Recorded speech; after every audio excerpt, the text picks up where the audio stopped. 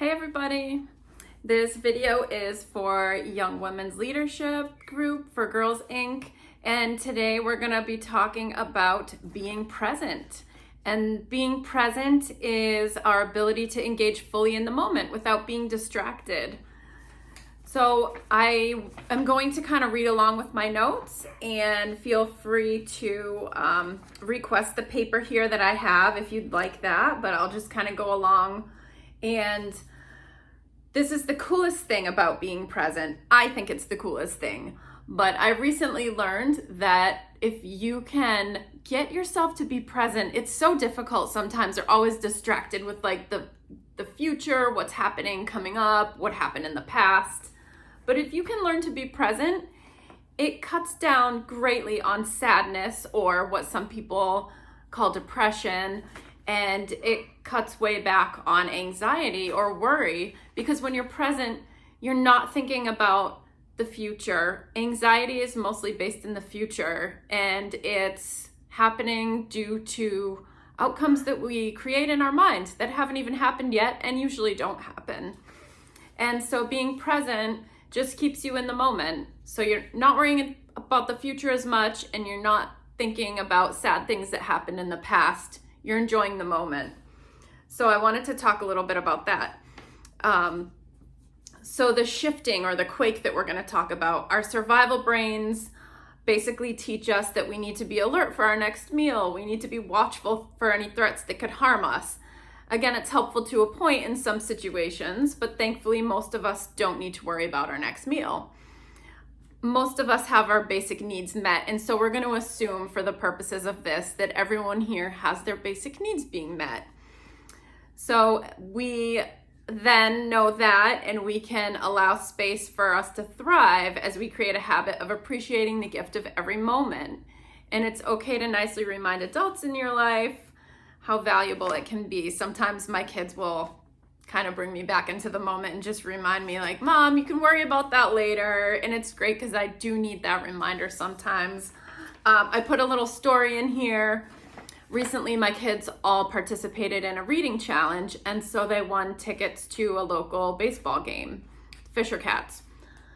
So we went to see the Fisher Cats play, and I knew it might rain. There was, we looked at the forecast, we knew it might rain. And sure enough, 2 innings in, and it just started to pour, and they covered the fields, and the kids had worked really hard to earn those tickets. And I could have complained. I could have gone into a dark place mentally and just said, like, this isn't fair. Why does this have to happen? And my kids worked hard for this, and we only get to enjoy 2 innings. But instead, we try to enjoy each step of the journey. Let's see, what did I write here? Okay, this is kind of like, I replayed all the events to the kids using our senses to retell the story. It was kind of like, wasn't it great that we got to park so close to the gate? And then we had time to stop at all the vendor booths and fill your swag bags with all kinds of free stuff like sunglasses, pens, flashlights, fidgets. And the music was so fun. I love the music they played there. This is all true, by the way. It was awesome music. And the kids got a ton of loot. The bathrooms were clean too. The food was really good with short lines. Wasn't it crazy when we ran to the car and got completely drenched so fast?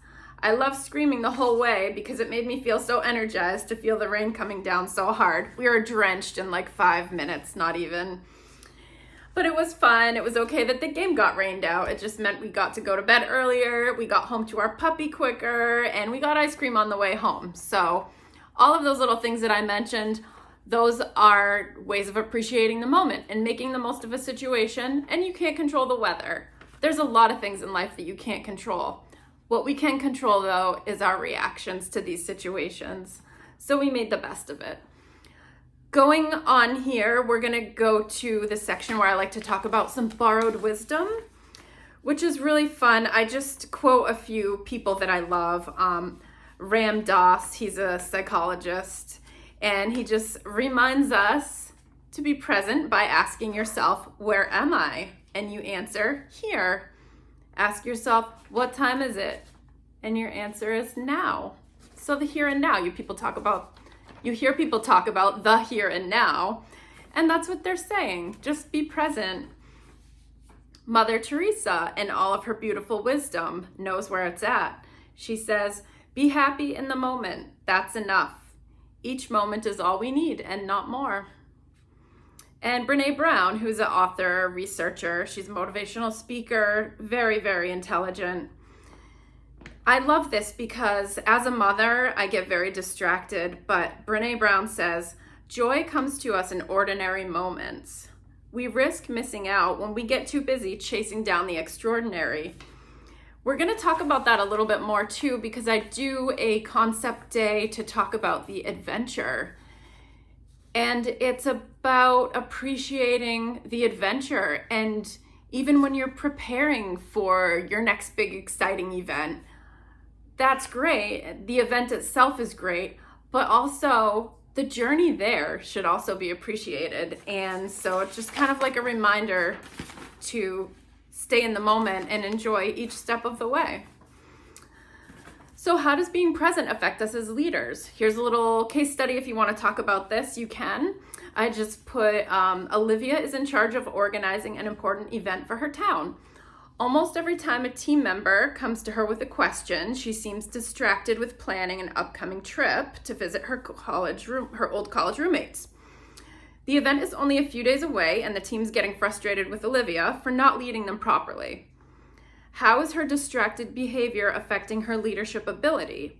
How would being present with her team increase her respect and the overall outcome of the event? Please give Olivia some advice.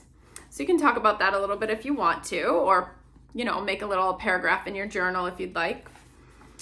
So the challenge options, there are 6 in this page. If you'd like the page, let me know. But we're just going to focus on 3 for the Girls Inc. group. And the first one is just to be self-awareness. So think of a moment when you were very present and what lured you into the moment. Was it a baby's laughter, a puppy's playful wiggle? Write in your journal about everything that you sensed during that time, or you can choose to draw a picture instead if you'd like. The next one, this is something I do with my kids. I recently woke them up at 3:30 in the morning so we could drive to the beach and catch the sunrise. They love doing that, believe it or not. I do too. So that's the next challenge. Try to make it a point to watch the sunrise or the sunset this week.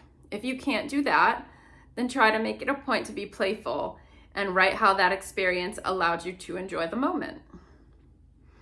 And then the last one for the Girls Inc. Focus is just to extend the love. So think of someone who always seems to be present for you, so they're not distracted when you're together. Grandparents are really good at this.